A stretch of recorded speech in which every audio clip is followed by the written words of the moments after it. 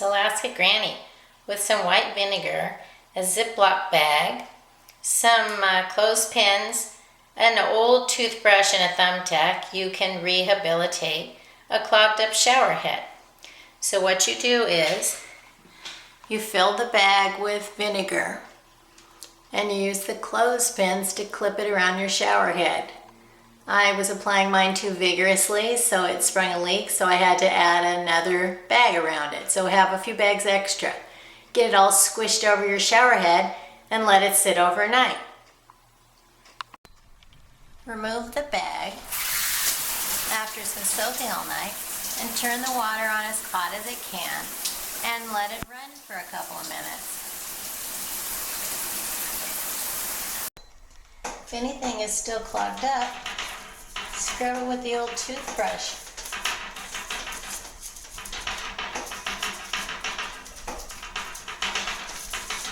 And then try running the water again.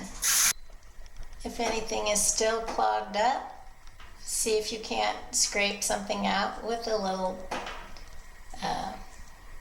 thumbtack out of any of the little crevices.